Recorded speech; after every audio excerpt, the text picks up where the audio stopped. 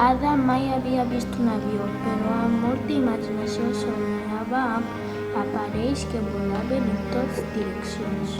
Ada tenia una mare matemàtica, d'allò més discreta, però el seu pare, Lord Byron, era un gran poeta. Sa mare pensava que aquells invents eren una tonteria, però a la llarga se callaria. A Ada li agradaven els números de 0 al 100 i les fórmules matemàtiques les resolia d'allò més bé.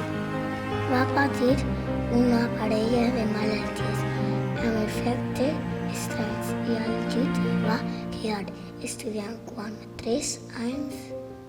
Quan Ada es trobava bé, ja va poder treure el seu pijama. Es va fer amiga del senyor Babbage, un matemàtic amb molta fama. El senyor Babbage havia creat un trasto sorprenent. En aquella època la calculadora era un misteriós invent. Ada va pensar que els números es podien utilitzar per a altres coses, com per exemple enviar a les màquines ordres molt importants. En un full de paper va escriure una espècie de codi secret. Eren molts números junts que enviaven el missatge futur.